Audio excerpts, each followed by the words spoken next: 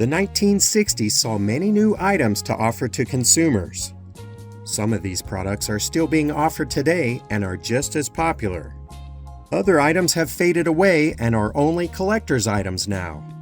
In this video, we will showcase a different item that came out each year of the 1960s. The Chevrolet Corvette hit the car market in 1960. The model received a coveted annual design award from the Industrial Designer Institute. This was a small car in a big car market, and it was meant to compete with Volkswagen on their Beetles. The air-cooled engine, which was located in the rear, allowed for better traction during inclement weather. There is a common misconception that a lawyer and politician named Ralph Nader killed the Corvette at a committee hearing before the Senate. The truth is, the public killed it by purchasing VWs as well as Ford Falcons, Chevy 2s, Valiants, and Mustangs. General Motors discontinued the Corvette in May of 1969. Avon launched the Somewhere fragrance for women in 1961. The green floral scent was supposed to take you somewhere, however, the sales went nowhere and it was discontinued. Fizzys drink tablets were created by Emerson Drug Company and introduced in certain areas in 1957. In 1962, Warner Lambert acquired Emerson and started selling it nationally. These tablets were dropped in a cup of water and it would add instant carbonation and fruit flavor. They originally came in 7 flavors: grape, orange, cherry, lemon lime, strawberry, root beer, and cola. By 1968, the product was selling twice as much as Kool-Aid. They were made with the artificial sweeteners saccharin and cyclamates. The latter ingredient was eventually banned. The drink tablet fizzled out when Warner Lambert couldn't figure out a way to make the drink taste sweet, be fizzy, and be safe to consume. In the 1990s, it was brought back by Premier Innovations, who made it with NutraSweet. However, it wasn't around long before the company went under. Mr. Rogers made his on-camera debut on the Canadian Broadcasting Corporation in 1963. At the time, the name of the show was just called Mr. Rogers. Canada was not where Rogers or his wife were from, and they did not want to raise their 2 sons there.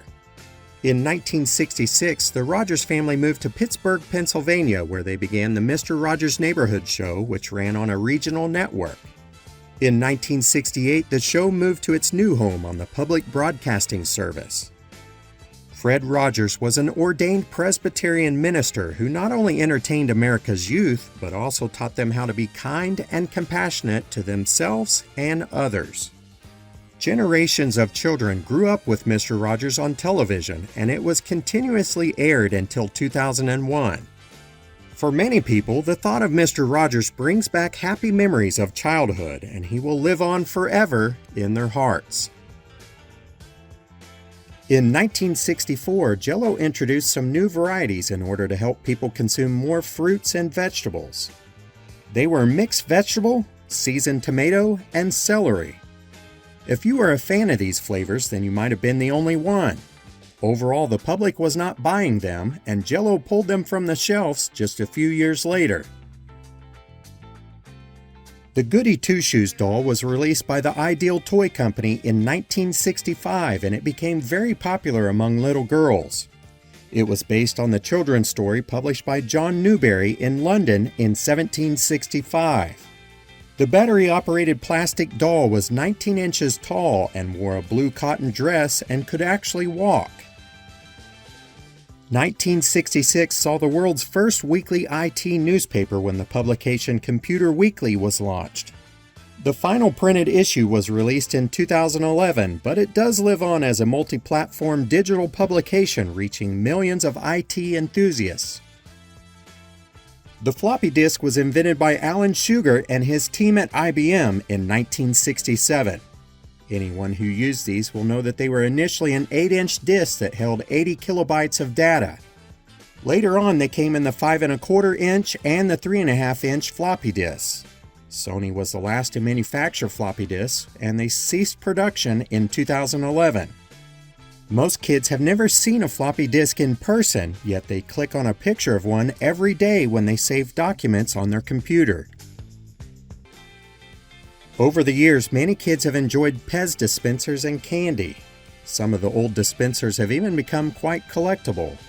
In 1968, Pez launched a flower-flavored candy which was inspired by the summer of love. However, this candy did not have the same delight and it went out of fashion. Pez tried once again to bring this flavor back in the 1990s, but it never caught on then either. In 1969, the Ideal Toy Company came out with another doll that was quite popular with little girls. The doll was different looking than any other doll that had been on the market, and it was sort of a flat shape. It was appropriately named the Flatsy doll. Her popularity did not last long though, and she was flatlined in 1973. Today, these dolls are highly collectible.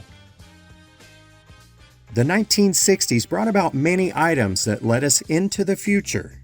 Although many of them have disappeared, they still live on in our memories. I hope you enjoyed this little walk through the 1960s. Thank you so much for watching. Miles and miles of sand, so desolate only the timeless winds call it home. No place for a car.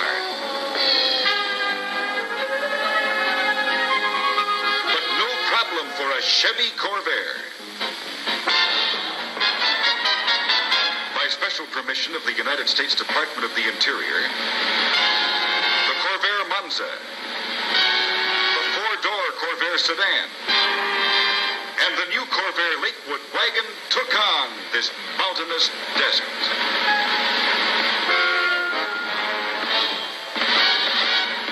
The Corvaires dig in.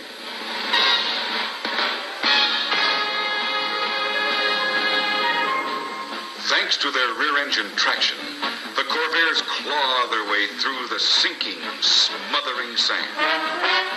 Climbing, climbing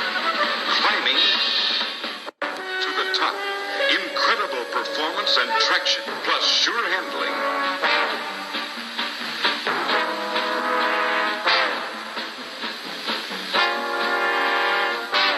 Take them up.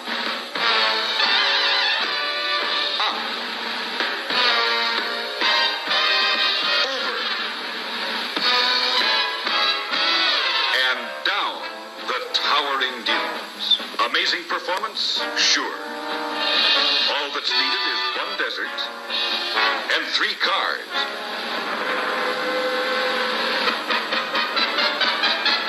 3 Chevy Corvairs. Whatever you expect of an automobile, from the suburbs to the Sahara, if it can be done, Corvair's the car that can do it.